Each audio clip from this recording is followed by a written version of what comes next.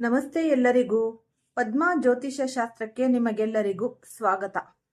ಇವತ್ತಿನ ಈ ಒಂದು ವೃಷಭ ರಾಶಿಯವರ ಬಗ್ಗೆ ಏನೆಲ್ಲ ನಾವು ಈ ಶುಭ ಫಲಗಳು ಇವೆ ಅಂತ ನೋಡ್ತಾ ಹೋಗೋಣ. ಈ ವೃಷಭ ರಾಶಿಯ ಅಧಿಪತಿ ಬಂದು ಶುಕ್ರ. ಶನಿವಾರದ ದಿನ ಇಲ್ಲ ಅಂದರೆ ಈ ಒಂದು ಏಕಾದಶಿ ಬರುತ್ತಲ್ಲ, ತಿಂಗಳಿಗೆ ಒಮ್ಮೆ, ಅವತ್ತು ಇಲ್ಲ ಅಂದರೆ ಈ ಒಂದು ಅಮಾವಾಸ್ಯೆ ಪೌರ್ಣಮಿಗಳಲ್ಲಿ ಈ 33 ಬತ್ತಿಗಳ ದೀಪವನ್ನು ಹಚ್ಚೋದ್ರಿಂದ ಏನೆಲ್ಲ ಶುಭ ಫಲಗಳು ಉಂಟಾಗುತ್ತೆ ಅನ್ನೋದು ನಾವು ಇವಾಗ ನೋಡ್ತಾ ಹೋಗೋಣ. ಒಂದು ವೇಳೆ ಈ ಒಂದು ಏಕಾದಶಿಯ ಮಾಸದಲ್ಲಿ ನಿಮ್ಮ ಹತ್ತಿರ ಸಮಯ ಇಲ್ಲ ಅಂದರೆ ನೀವು ಈ ಒಂದು ತೀರ್ಥಯಾತ್ರೆಗೆ ಹೋಗಬೇಕು ಅಂತ ಅಂದ್ಕೊಂಡಿರ್ತೀರ, ಅದು ನಿಮ್ಮ ಹತ್ರ ಸಮಯ ಇಲ್ಲ ಅಂದರೆ ನೀವು ಈ ಒಂದು ಪೂಜೆ ಅಂದರೆ ಜಪ, ತಪ, ವ್ರತ, ದಾನ, ಪುಣ್ಯಗಳನ್ನು ಮಾಡಲು ಸಾಧ್ಯವಾಗದಿದ್ದರೆ ನೀವು ಈ ರೀತಿಯ ದೀಪವನ್ನು ಮನೆಯಲ್ಲಿ ಹಚ್ಚಿ ನೋಡಿ. ಈ ಒಂದು ಉಪಾಯವನ್ನು ಅಂದರೆ ಪರಿಹಾರವನ್ನು ಮಾಡಿಕೊಂಡು ನೋಡಿ. ಈ ದೇವರ ಮೇಲೆ ಅಂದರೆ ನನ್ನ ಸಂಪೂರ್ಣ ಕೃಪೆ ಮಳೆಯಂತೆ ಸುರಿಯುತ್ತೆ ಅಂತ ನಿಮಗೆ ಕುಲದೇವರೇ ಹೇಳ್ತಾರೆ. ಈ ಒಣಗಿದ ತುಳಸಿ ಮರ ಅಂದರೆ ಕಡ್ಡಿ, ಅದರ ಕಡ್ಡಿಯನ್ನು ನೀವು ತೆಗೆದುಕೊಂಡು ಅದರ ಮೇಲೆ ಈ ಹತ್ತಿಯನ್ನು ಸುತ್ತಿ 33 ಬತ್ತಿಗಳನ್ನು ನೀವು ತಯಾರು ಮಾಡ್ಕೋಬೇಕು. ಗೋಮಾತೆಯ ಈ ಒಂದು ಹಸುವಿನ ತುಪ್ಪದಲ್ಲಿ ಇದನ್ನು ನೆನೆಸಿ ಒಂದು ದೀಪದಲ್ಲಿ ಇಟ್ಟು ಅಂದರೆ ನೀವು ಇದನ್ನು ಹಚ್ಚಬೇಕಾಗುತ್ತೆ. ಓಂ ಪುರಾಣ ಪುರುಷೋತ್ತಮಾಯ ನಮಃ ಅಂತ ಮನಸ್ಪೂರ್ವಕವಾಗಿ ಈ ಒಂದು ಮಂತ್ರವನ್ನು ಹೇಳ್ತಾ ನೀವು ಆದಷ್ಟು ಈ ದೀಪದಾನ ಮಾಡಿ. ನಿಮ್ಮ ಮನಸ್ಸಿನಲ್ಲಿರುವ ಈ ಮನೋಕಾಮನೆಗಳನ್ನು ನಾನು ಪೂರ್ಣಗೊಳಿಸುತ್ತೇನೆ ಅಂತ ನಿಮ್ಮ ಜೀವನದಲ್ಲಿ ಆಗುವ ಕಷ್ಟ ಕಾರ್ಪಣ್ಯಗಳನ್ನು ದೂರ ಮಾಡಿ ನಿಮಗೆ ಇದರಿಂದ ತುಂಬ ಶುಭ ಫಲಗಳು ಉಂಟಾಗುತ್ತೆ. ಜೀವನದಲ್ಲಿ ಸುಖ ಶಾಂತಿ ತುಂಬಿ ಹೋಗುತ್ತೆ. ನನ್ನ ಆತ್ಮೀಯ ವೃಷಭ ರಾಶಿಯವರೇ, ನಾವು ದಿನನಿತ್ಯ ಬದುಕುವ ಈ ಜಗತ್ತು ನಮಗೆ ಕಾಣುವಷ್ಟೇ ಸರಳವಾಗಿದೆಯೇ, ಅಥವಾ ನಮ್ಮ ಕಣ್ಣಿಗೆ ಕಾಣದ ಸಾಮಾನ್ಯ ಬುದ್ಧಿಗೆ ನಿಲುಕದ ಯಾವುದೋ ಒಂದು ರಹಸ್ಯ ಶಕ್ತಿ ಈ ಇಡೀ ಬ್ರಹ್ಮಾಂಡವನ್ನು ನಿಯಂತ್ರಿಸುತ್ತಿದೆಯೇ? ಇತಿಹಾಸದ ಪುಟಗಳನ್ನು ತಿರುವಿ ಹಾಕಿದರೆ ವಿಜ್ಞಾನ ಮತ್ತು ಆಧ್ಯಾತ್ಮದ ನಡುವೆ ಒಂದು ದೊಡ್ಡ ಗೋಡೆ ಇರುವುದು ನಮಗೆ ಕಾಣಿಸುತ್ತೆ. ಆದರೆ ಇತ್ತೀಚಿನ ಆಧುನಿಕ ಸಂಶೋಧನೆಗಳು ಮತ್ತು ಈ ಒಂದು ಆಳವಾದ ಅಧ್ಯಯನಗಳು ಒಂದು ವಿಚಿತ್ರ ಸತ್ಯವನ್ನು ಹೊರಹಾಕುತ್ತಿದೆ. ನಾವು ಯಾವುದನ್ನು ವಾಸ್ತವ ಅಥವಾ ಈ ಒಂದು ರಿಯಾಲಿಟಿ ಎಂದು ಕರೆಯುತ್ತೇವೆಯೋ ಅದು ಕೇವಲ ಒಂದು ಭ್ರಮೆ ಇರಬಹುದೇ. ನಮ್ಮ ಪೂರ್ವಜರು ಸಾವಿರಾರು ವರ್ಷಗಳ ಹಿಂದೆಯೇ ವೇದ ಮತ್ತು ಉಪನಿಷತ್ತುಗಳಲ್ಲಿ ಬರೆದಿಟ್ಟ ಮಾಯೆ ಎಂಬ ಪರಿಕಲ್ಪನೆಗೂ ಇಂದಿನ ಆಧ್ಯಾತ್ಮಿಕ ವಿಜ್ಞಾನಿಗಳು ಹೇಳುತ್ತಿರುವ ಈ ಒಂದು ಥಿಯರಿಗೂ ಏನಾದರೂ ಸಂಬಂಧ ಇದೆಯೇ? ಇಂದು ನಾವು ಈ ಮಹಾ ರಹಸ್ಯದ ಆಳಕ್ಕೆ ಇಳಿಯುತ್ತಿದ್ದೇವೆ. ಈ ಪ್ರಯಾಣ ಕೇವಲ ಮಾಹಿತಿಯಲ್ಲ, ನಿಮ್ಮ ಯೋಚನಾ ಲಹರಿಯನ್ನೇ ಸಂಪೂರ್ಣವಾಗಿ ಬದಲಾಯಿಸುವ ಒಂದು ಅದ್ಭುತ ಅನುಭವ ಅಂತಲೇ ನಾವು ಅನ್ನಬಹುದು. ನಾವು ಮೊದಲಿಗೆ ಅರ್ಥ ಮಾಡಿಕೊಳ್ಬೇಕಾದದ್ದು ನಮ್ಮ ಮೆದುಳಿನ ಸಾಮರ್ಥ್ಯ. ನಿಮ್ಮ ಕೈಯಲ್ಲಿರುವ ಮೊಬೈಲ್ ಫೋನ್, ನೀವು ಕುಳಿತಿರುವ ಕುರ್ಚಿ ಅಥವಾ ನಿಮ್ಮ ಸುತ್ತಲಿನ ಗಾಳಿ ಇವೆಲ್ಲವೂ ನಿಮ್ಮ ಸ್ಪರ್ಶಕ್ಕೆ ಸಿಗುತ್ತಿವೆ, ಕಣ್ಣಿಗೆ ಕಾಣುತ್ತಿವೆ. ಹಾಗಾಗಿ ನೀವು ನಿಜ ಎಂದು ನಂಬುತ್ತೀರಿ. ಆದರೆ ವಿಜ್ಞಾನ ಏನು ಹೇಳುತ್ತೆ ಗೊತ್ತಾ? ನಿಮ್ಮ ಕಣ್ಣುಗಳು ಕೇವಲ ಬೆಳಕಿನ ಅಲೆಗಳನ್ನು ಸ್ವೀಕರಿಸುತ್ತೆ. ನಿಮ್ಮ ಚರ್ಮವು ಕೇವಲ ವಿದ್ಯುತ್ ಸಂಕೇತಗಳನ್ನು ಮೆದುಳಿಗೆ ಕಳುಹಿಸುತ್ತೆ. ನಿಮ್ಮ ಮೆದುಳು ಆ ಕತ್ತಲೆಯ ಕೋಣೆಯನ್ನು ಕುಳಿತು ಆ ಸಂಕೇತಗಳನ್ನು ಡಿಕೋಡ್ ಮಾಡಿ ಒಂದು ಪ್ರಪಂಚವನ್ನು ಸೃಷ್ಟಿಸುತ್ತೆ. ಅಂದರೆ ನೀವು ನೋಡುತ್ತಿರುವ ಜಗತ್ತು ಈ ಹೊರಗಿಂದ ಅಲ್ಲ, ಅಂದರೆ ನಿಮ್ಮ ಮೆದುಳಿನ ಒಂದು ಒಳಗಿದೆ. ಹಾಗಿದ್ದರೆ ನಿಜವಾದ ವಾಸ್ತವ ಯಾವುದು? ಈ ಒಂದು ಸ್ಥಳ ಮತ್ತು ಕಾಲ ಎನ್ನುವುದು ಕೇವಲ ನಮ್ಮ ಮೆದುಳು ಸೃಷ್ಟಿಸುವ ಒಂದು ಭ್ರಮೆ. ಈ ಮಾತಿನ ಆಳವನ್ನು ಅರ್ಥ ಮಾಡಿಕೊಳ್ಳಲು ನಾವು ಇತಿಹಾಸದ ಆ ಕಾಲಘಟ್ಟಕ್ಕೆ ಹೋಗಲೇಬೇಕು, ಎಲ್ಲಿ ವಿಜ್ಞಾನವು ಮೊದಲ ಬಾರಿಗೆ ಪರಮಾಣುವಿನ ಒಳಗೆ ಇಣುಕಿ ನೋಡಲು ಆರಂಭಿಸುತ್ತೆ. ಅಂದರೆ ಸಾಮಾನ್ಯವಾಗಿ ನಾವು ಯಾವುದೇ ಒಂದು ವಸ್ತುವನ್ನು ಗಟ್ಟಿ ಎಂದು ಅಂದುಕೊಳ್ತೇವೆ. ಒಂದು ಮೇಜ್ ಆಗಿರ್ಬೋದು, ಒಂದು ಗೋಡೆ ಆಗಿರ್ಬೋದು, ಈ ಒಂದು ಗಟ್ಟಿ. ಆದರೆ ಇಲ್ಲಿ ನಿಮ್ಮ ದೇಹದಲ್ಲಿರುವ ಎಲ್ಲ ಪರಮಾಣುಗಳ ನಡುವಿನ ಖಾಲಿ ಜಾಗ ತೆಗೆದುಹಾಕಿದರೆ ಇಡೀ ಮಾನವ ಕುಲದ ಒಟ್ಟು ಈ ದ್ರವ್ಯರಾಶಿಯನ್ನು ಕೇವಲ ಒಂದು ಸಣ್ಣ ಸಕ್ಕರೆ ಹರಳಿನ ಗಾತ್ರಕ್ಕೆ ತರಬಹುದು. ಹಾಗಾದರೆ ಈ ಒಂದು ಖಾಲಿ ಜಾಗದಲ್ಲಿ ಏನಿದೆ? ಅಲ್ಲಿರುವುದು ಕೇವಲ ಶಕ್ತಿ ಮತ್ತು ಈ ಒಂದು ತರಂಗಗಳು. ಇಂದಿನ ಆಧುನಿಕ ಜಗತ್ತಿನಲ್ಲಿ ಪ್ರತಿಯೊಬ್ಬ ವ್ಯಕ್ತಿಯು ಅನುಭವಿಸುತ್ತಿರುವ ಅತಿ ದೊಡ್ಡ ನೋವೆಂದರೆ ಈ ಒಂದು ಉದಾಸೀನತೆ. ನೀವು ಕಚೇರಿಯಲ್ಲಿ ಹಗಲಿರುಳು ಕಷ್ಟಪಟ್ಟು ಕೆಲಸ ಮಾಡ್ತೀರಾ, ಅತ್ಯುತ್ತಮ ಈ ಪ್ರೆಸೆಂಟೇಷನ್ ಅನ್ನೋದು ಮಾಡ್ತೀರಾ, ನೀಡ್ತೀರಾ. ಆದರೂ ಕೂಡ ಇಲ್ಲಿ ಒಂದು ಪ್ರಮೋಷನ್ ಮಾತ್ರ ಬೇರೆ ಯಾರಿಗೋ ಒಂದು ಸಿಗುತ್ತೆ. ನಿಮ್ಮ ವ್ಯಾಪಾರದಲ್ಲಿ ಗುಣಮಟ್ಟದ ವಸ್ತುಗಳನ್ನೇ ಇಟ್ಟಿರುತ್ತೀರಿ. ಇಲ್ಲಿ ಬೆಲೆಯು ನ್ಯಾಯಯುತವಾಗಿ ಇದ್ದೇ ಇರುತ್ತೆ. ಆದರೆ ಗ್ರಾಹಕರು ನಿಮ್ಮ ಅಂಗಡಿಯನ್ನು ಬಿಟ್ಟು ಈ ಒಂದು ಪಕ್ಕದ ಅಂಗಡಿಗೆ ಹೋಗ್ತಾರೆ. ಸಂಬಂಧಗಳಲ್ಲಂತೂ ನೀವು ಪ್ರಾಣವನ್ನೇ ನೀಡಲು ಸಿದ್ಧರಿದ್ದರೂ ನಿಮ್ಮ ಸಂಗಾತಿ ಅಥವಾ ಈ ಸ್ನೇಹಿತರು ನಿಮಗೆ ನೀಡಬೇಕಾದ ಗೌರವ ಮತ್ತು ಈ ಒಂದು ಸ್ಥಾನ ನಿಮಗೆ ನೀಡಲ್ಲ. ಇದಕ್ಕೆ ಕಾರಣ ನಿಮ್ಮಲ್ಲಿ ಜ್ಞಾನದ ಒಂದು ಕೊರತೆಯಲ್ಲ, ಬದಲಿಗೆ ನಿಮ್ಮ ವ್ಯಕ್ತಿತ್ವದ ಸುತ್ತ ಇರಬೇಕಾದ ಆಕರ್ಷಣಾ ಶಕ್ತಿ ಅಥವಾ ಸಂವಹನ ಪ್ರಭಾವದ ಕೊರತೆ. ನಾವೆಲ್ಲರೂ ಹೊರಗಿನಿಂದ ಸುಂದರವಾಗಿ ಕಾಣಲು ಈ ಸಾವಿರಾರು ರೂಪಾಯಿ ಖರ್ಚು ಮಾಡ್ತೇವೆ, ಆದರೆ ಒಳಗಿನ ಆಂತರಿಕ ಈ ಒಂದು ಕಾಂತಿಯನ್ನು ಹೆಚ್ಚಿಸಿಕೊಳ್ಳಲು ಮರೆತು ಬಿಡ್ತೇವೆ. ಈ ಜ್ಯೋತಿಷ್ಯ ಮತ್ತು ಯೋಗ ವಿಜ್ಞಾನದ ಪ್ರಕಾರ ಮನುಷ್ಯನ ದೇಹದ ಸುತ್ತ 3 ಅಡಿ ವ್ಯಾಪ್ತಿಯಲ್ಲಿ ಒಂದು ಶಕ್ತಿ ವಲಯವಿರುತ್ತೆ. ಇದನ್ನು ಈ ಓರಾ ಎಂದು ಕರೆಯಲಾಗುತ್ತೆ. ನಿಮ್ಮ ಗ್ರಹಗತಿಗಳು ಅಥವಾ ಆಲೋಚನೆಗಳು ನಕಾರಾತ್ಮಕವಾಗಿದ್ದಾಗ ಈ ಓರಾ ಮಸುಕಾಗುತ್ತೆ. ಆಗ ನೀವು ಎಷ್ಟು ಒಳ್ಳೆಯವರಾಗಿದ್ರೂ ಜಗತ್ತಿಗೆ ಕತ್ತಲೆಯಂತೆ ಕಾಣ್ತೀರ. ನಿಮ್ಮ ಇತಿಹಾಸವನ್ನು ಒಮ್ಮೆ ತಿರುವಿ ನೋಡಿ. ಈ ರಾಜ ಮಹಾರಾಜರ ಕಾಲದಲ್ಲಿ ಕೇವಲ ಖಡ್ಗದ ಬಲದಿಂದ ಮಾತ್ರ ಸಾಮ್ರಾಜ್ಯಗಳನ್ನು ಆಳುತ್ತಿರಲಿಲ್ಲ.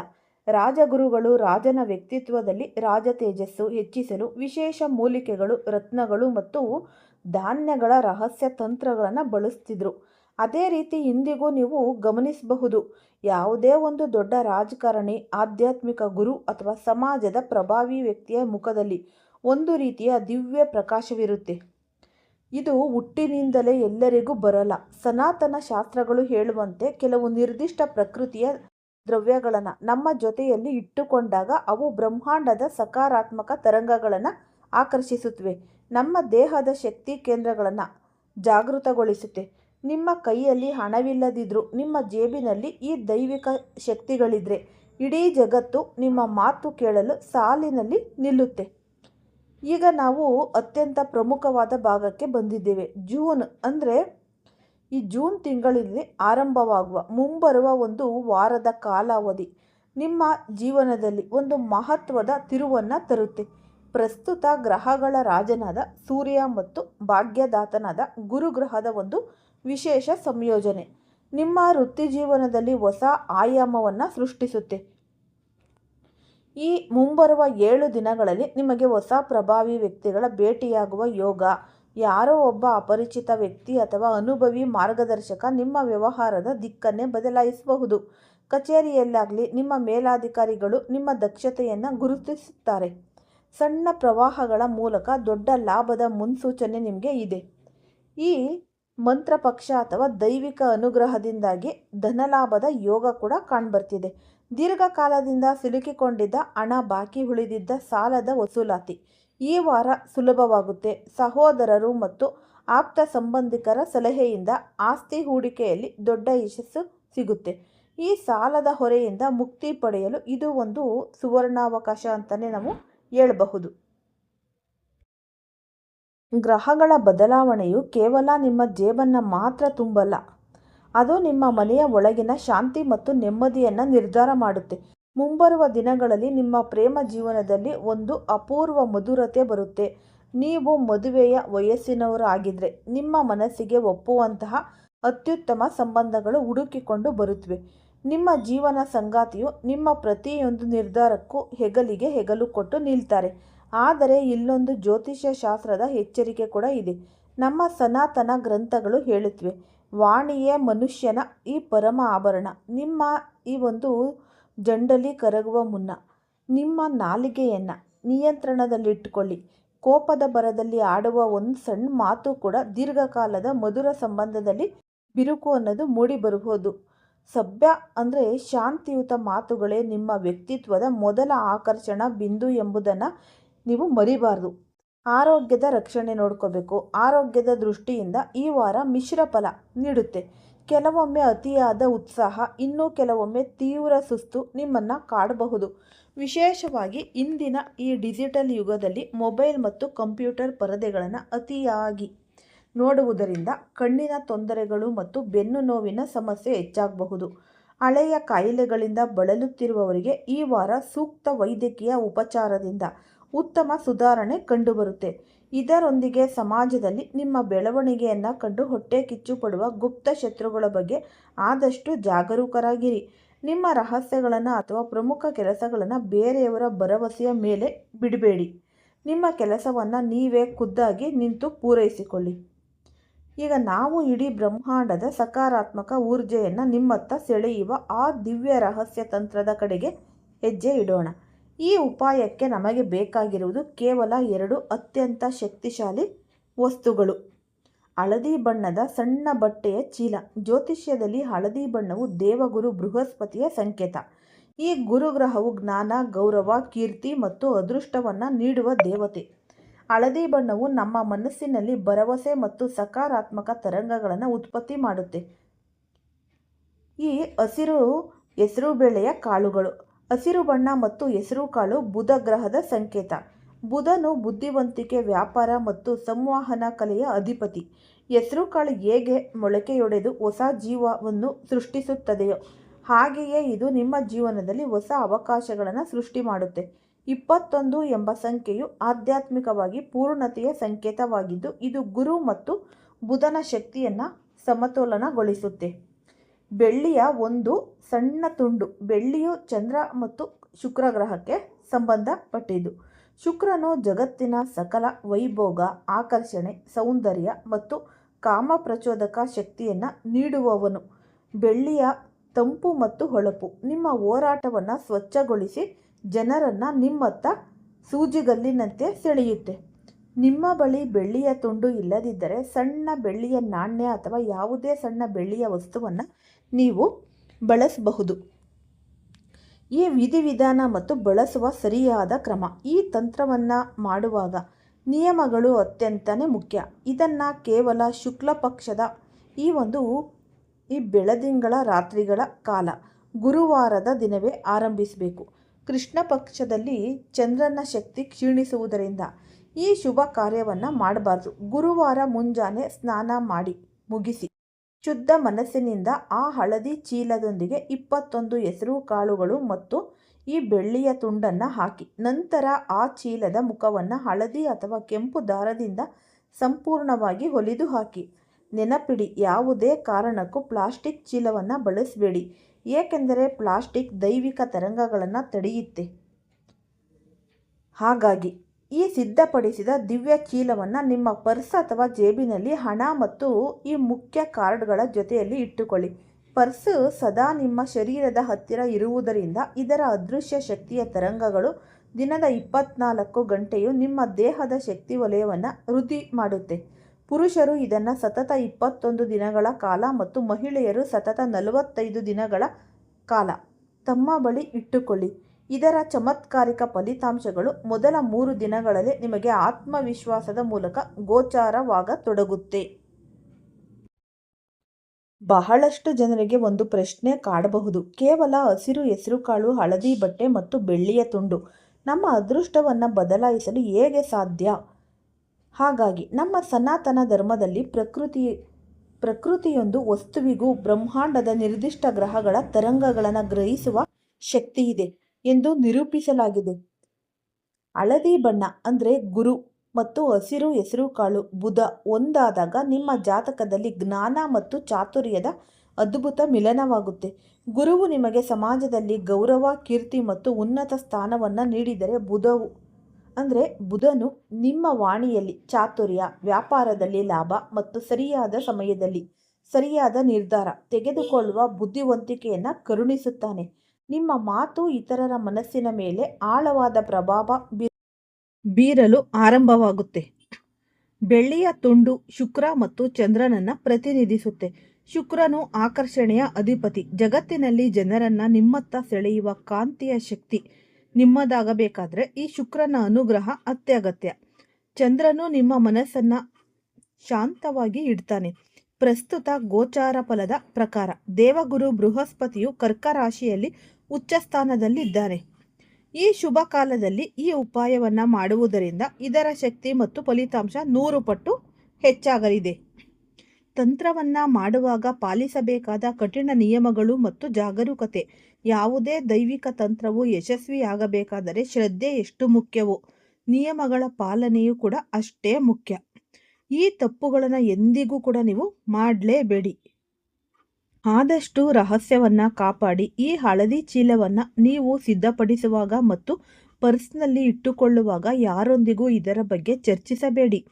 ಈ ತಂತ್ರಶಾಸ್ತ್ರದಲ್ಲಿ ರಹಸ್ಯ ವ್ರತಕ್ಕೆ ಅತ್ಯಂತ ಹೆಚ್ಚಿನ ಮಹತ್ವವಿದೆ. ಚೀಲವನ್ನು ತೆರೆಯಬೇಡಿ. ಒಮ್ಮೆ ಒಲಿದ ನಂತರ ಆ ಚೀಲವನ್ನು ಯಾವುದೇ ಕಾರಣಕ್ಕೂ ಮಧ್ಯದಲ್ಲಿ ಬಿಚ್ಚಿ ನೋಡಬಾರದು. ಹಾಗೆ ಮಾಡುವುದರಿಂದ ಅದರೊಳಗಿನ ಶಕ್ತಿಯ ತರಂಗಗಳು ಗಾಳಿಯಲ್ಲಿ ಲೀನವಾಗಿ ಉಪಾಯವು ನಿಷ್ಕಲ್ಮಶವಾಗುತ್ತೆ. ಒಂದು ವೇಳೆ ಚೀಲವು ಹರಿದು ಹೋದರೆ ಅಥವಾ ಈ ಗಲೀಜಾದರೆ ಹಳೆಯ ಸಾಮಗ್ರಿಗಳನ್ನು ಹರಿಯುವ ನೀರಲ್ಲೋ ಅಥವಾ ದೇವಸ್ಥಾನದ ಆವರಣದಲ್ಲಿರುವ ಅಶ್ವತ್ಥ ವೃಕ್ಷದ ಬುಡದಲ್ಲೋ ವಿಸರ್ಜಿಸಿ. ನಂತರ ಹೊಸದಾಗಿ ಮತ್ತೊಂದು ಚೀಲವನ್ನು ಸಿದ್ಧಪಡಿಸಿಕೊಳ್ಳಿ.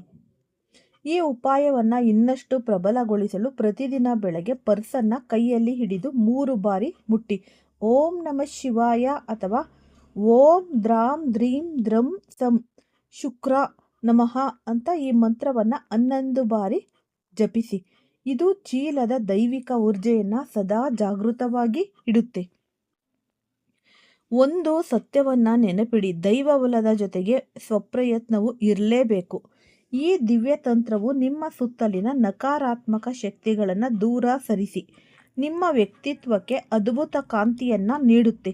ನಿಜ, ಆದರೆ ನಿಮ್ಮ ಕಡೆಯಿಂದ ನೀವು ಸದಾ ಮಧುರವಾದ ಮಾತುಗಳನ್ನಾಡಬೇಕು. ಇತರರಿಗೆ ದ್ರೋಹ ಬಗೆಯಬಾರದು ಮತ್ತು ನಿಮ್ಮ ಕರ್ತವ್ಯವನ್ನು ನಿಷ್ಠೆಯಿಂದ ಮಾಡಬೇಕು. ಕತ್ತಲೆಯಲ್ಲಿದ್ದ ನಿಮ್ಮ ಬದುಕೆ ಈ ಒಂದು ಜೂನ್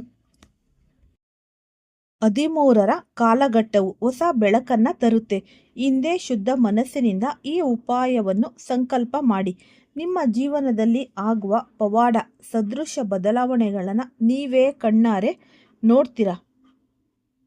ಈ ದಿವ್ಯ ಹಳದಿ ಚೀಲವನ್ನು ನಿಮ್ಮ ಪರ್ಸ್ನಲ್ಲಿ ಇಟ್ಟುಕೊಂಡ ಕ್ಷಣದಿಂದ ನಿಮ್ಮ ಆಲೋಚನಾ ಲಹರಿಯಲ್ಲಿ ಒಂದು ಅದ್ಭುತವಾದ ಧನಾತ್ಮಕ ಬದಲಾವಣೆ ಆರಂಭವಾಗುತ್ತೆ. ಜ್ಯೋತಿಷ್ಯ ಶಾಸ್ತ್ರದ ದೃಷ್ಟಿಯಿಂದ ಗ್ರಹಗಳು ಬಲಿಷ್ಠವಾಗುತ್ತಿದ್ದಂತೆ ಇತ್ತ ಮಾನಸಿಕವಾಗಿ ನಿಮ್ಮಲ್ಲಿ ಆತ್ಮವಿಶ್ವಾಸ ಎಂಬ ಮಹಾಶಕ್ತಿ ಜಾಗೃತಗೊಳ್ಳುತ್ತೆ. ನೀವು ಈ ಮುನ್ನ ಯಾವುದೇ ಸಭೆಗೆ ಅಥವಾ ಸಂದರ್ಶನಕ್ಕೆ ಹೋಗುವಾಗ ಅನುಭವಿಸುತ್ತಿದ್ದ ಆತಂಕ, ನಡುಕ ಅಥವಾ ಕೀಳರಿಮೆ ಸಂಪೂರ್ಣವಾಗಿ ಮಾಯವಾಗುತ್ತೆ. ನಿಮ್ಮ ಕಣ್ಣುಗಳಲ್ಲಿ ಒಂದು ದಿವ್ಯ ತೇಜಸ್ಸು ಮತ್ತು ನಿಮ್ಮ ನಡಿಗೆಯಲ್ಲಿ ರಾಜಗಾಂಭೀರ್ಯ ಮೂಡುತ್ತೆ. ನೀವು ಧರಿಸುವ ಬಟ್ಟೆ ಸಾಮಾನ್ಯವಾಗಿದ್ದರೂ ನಿಮ್ಮ ಸುತ್ತಲಿನ ಕಾಂತಿಯ ವಲಯವು ಜನರನ್ನು ನಿಮ್ಮತ್ತ ತಿರುಗಿ ನೋಡುವಂತೆ ಮಾಡುತ್ತೆ. ಈ ಉಪಾಯದ ಅವಧಿ ಮುಗಿಯುತ್ತಿದ್ದಂತೆ ನಿಮ್ಮ ಬದುಕಿನಲ್ಲಿ ಸ್ಥಿರವಾದ ಸಫಲತೆಯ ಹಾದಿ ಸುಗಮವಾಗುತ್ತೆ. ಕಚೇರಿಯಲ್ಲಿ ಕೇವಲ ನಿಮ್ಮ ಮಾತಿಗೆ ಮಾತ್ರವಲ್ಲ, ನಿಮ್ಮ ಮೌನಕ್ಕೂ ಒಂದು ವಿಶಿಷ್ಟ ತೂಕ ಬರುತ್ತೆ. ನಿಮ್ಮ ಕಠಿಣ ನಿರ್ಧಾರಗಳನ್ನು ಸಹ ಮೇಲಾಧಿಕಾರಿಗಳು ಮತ್ತು ಸಹೋದ್ಯೋಗಿಗಳು ಗೌರವದಿಂದ ಒಪ್ಪಿಕೊಳ್ತಾರೆ. ವ್ಯಾಪಾರಸ್ಥರ ಅಂಗಡಿಗೆ ಬರುವ ಗ್ರಾಹಕರು ಕೇವಲ ವಸ್ತುಗಳನ್ನು ಕೊಳ್ಳುವುದಷ್ಟೇ ಅಲ್ಲ, ನಿಮ್ಮ ಪ್ರಾಮಾಣಿಕ ನಡೆ ಹಾಗೂ ಆಕರ್ಷಕ ಮಾತುಗಳಿಗೆ ಮಾರು ಹೋಗಿ ನಿಮ್ಮ ಕಾಯಂ ಗ್ರಾಹಕರಾಗಿ ಬದಲಾಗ್ತಾರೆ. ಸಮಾಜದಲ್ಲಿ ನಿಮ್ಮ ಗೌರವ ಮತ್ತು ಕೀರ್ತಿ 4 ದಿಕ್ಕಿಗೆ ಹರಡುತ್ತೆ. ಹಣದ ಹರಿವು ನಿರಂತರವಾಗುವುದರಿಂದ ನಿಮ್ಮ ದಾರಿದ್ರ್ಯ ಯೋಗವು ಸಂಪೂರ್ಣವಾಗಿ ನಾಶವಾಗಿ ಲಕ್ಷ್ಮೀದೇವಿಯ ಸ್ಥಿರ ನಿವಾಸ ನಿಮ್ಮ ಮನೆಯಲ್ಲಿ ಆಗುತ್ತೆ. ಈ ಮಂಗಳ ಮುಕ್ತಾಯ ಮತ್ತು ಗುರುಕೃಪೆಯ ಸಂಕಲ್ಪ. ಈ ಜೂನ್ 13ರ ಮುಹೂರ್ತವು ನಿಮ್ಮ ಜೀವನದ ಸಕಲ ದುಃಖಗಳನ್ನು ಕಳೆದು ಈ ಸುಖದ ಸೂರ್ಯೋದಯವನ್ನು ತರುತ್ತೆ. ಆದರೆ ನೆನಪಿಡಿ, ನಂಬಿಕೆಯೇ ಸಕಲ ಸಿದ್ಧಿಗಳ ಒಂದು ಮೂಲ ಅಂತಾನೆ ನಾವು ಅನ್ನಬಹುದು. ಈ ಒಂದು ಸರಳ ಆದರೆ ಅತ್ಯಂತ ಶಕ್ತಿಶಾಲಿ ಆಧ್ಯಾತ್ಮಿಕ ರಹಸ್ಯವನ್ನು ಹಿಂದೆ ಸಂಕಲ್ಪಿಸಿ ನಿಮ್ಮ ಪೂರ್ಣ ಶ್ರದ್ಧೆಯನ್ನು ಅದರ ಮೇಲಿಡಿ. ನಿಮ್ಮ ಬದುಕಿನ ಹೊಸ ಮತ್ತು ಭವ್ಯವಾದ ಅಧ್ಯಾಯ ಇಂದಿನಿಂದಲೇ ಆರಂಭವಾಗುತ್ತೆ. ಈ ವೃಷಭ ರಾಶಿಯವರು ಆದಷ್ಟು ಜೂನ್ 13ರಿಂದ ಈ ಒಂದು 2 ರಹಸ್ಯದ ವಸ್ತುಗಳು, ಈ ಒಂದು ಶುಭವಾದ ವಸ್ತುಗಳು ನಿಮ್ಮ ಜೇಬಿನಲ್ಲಿ ಸದಾ ಇಟ್ಟುಕೊಂಡು ನೋಡಿ. ನಿಮಗೆ ನಿಮ್ಮ ಜೀವನದಲ್ಲಿ ಆಗುತ್ತಿರುವ ಬದಲಾವಣೆಗಳು ಕಾಣ್ತಾ ಹೋಗುತ್ತೆ. ಜೀವನದಲ್ಲಿ ಅಭಿವೃದ್ಧಿ ಹೊಂದಿರ, ಆರ್ಥಿಕ ಸಹಾಯ ಆಗುತ್ತೆ, ಧನಲಾಭ ಆಗುತ್ತೆ. ಆದಷ್ಟು ಇದನ್ನು ಈ ಜೋಬ್ನಲ್ಲಿ ಇಟ್ಕೊಳ್ಳಿ.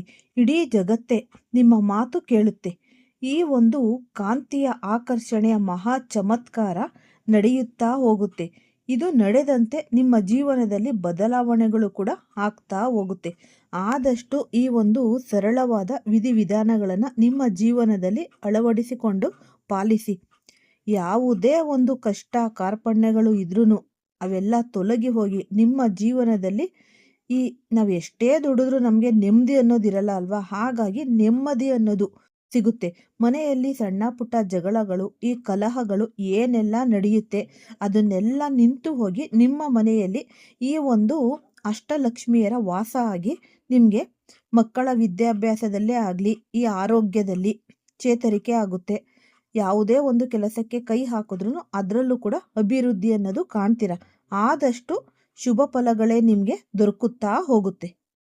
ಈ 33 ಬತ್ತಿಗಳನ್ನು ನೀವು ಮನೆಯಲ್ಲೇ ತಯಾರು ಮಾಡ್ಕೊಳ್ಳಿ ಆದಷ್ಟು. ಮತ್ತು ಈ ತುಳಸಿ ಕಡ್ಡಿಗಳನ್ನು ಹಾಕೋದನ್ನು ಮರಿಬಾರ್ದು. ಆದಷ್ಟು ಎಂತಹದ್ದೇ ಈ ಆರ್ಥಿಕ ಸಾಲ, ಈ ಕೈ ಸಾಲ, ಕೈಗಡ ಸಾಲ ಅಂತೀವಿ, ಈ ಅನಾರೋಗ್ಯ, ಏನೇ ಒಂದು ನಿಮಗೆ ಸಮಸ್ಯೆಗಳು ಇದ್ರೂ ಇದು ನಿಮಗೆ ಕೃಷ್ಣ ಪರಮಾತ್ಮ ನಿಮಗೆ ನಿಮ್ಮ ಜೀವನದಲ್ಲಿ ಅಖಂಡ ಮಟ್ಟದ ರಾಜಯೋಗ ಪ್ರಾಪ್ತಿ ಮಾಡ್ತಾರೆ. ಆದಷ್ಟು ಮನೆಯಲ್ಲಿ ಈ ದೀಪ ಹಚ್ಚಕ್ಕೆ ಸಮಯ ಇಲ್ಲ ಅಂದರೆ ನೀವು ಕೃಷ್ಣ ಮಂದಿರದಲ್ಲಿ ಈ ದೀಪವನ್ನು ಬೆಳಗಿಸಬಹುದು. ಇದರ ಆಶೀರ್ವಾದವನ್ನು ನಿಮಗೆ ಈ ಕೃಷ್ಣ ಭಗವಾನರು ನಿಮಗೆ ಸಲ್ಲಿಸ್ತಾರೆ. ಆದಷ್ಟು ನೀವು ಈ ಶನಿವಾರ ಮತ್ತು ನಿಮಗೆ ಯಾವಾಗ ಸಮಯ ಇರುತ್ತೆ ಅವತ್ತಿನ ದಿನ ನೀವು ಈ ದೀಪವನ್ನು ಬೆಳಗಿಸಿ ನೋಡಿ. ಎಲ್ಲರಿಗೂ ಸಹ ಒಳ್ಳೆಯದಾಗುತ್ತೆ. ಸರ್ವೇ ಜನ ಸುಖಿನೋ ಭವಂತು. ಧನ್ಯವಾದಗಳು.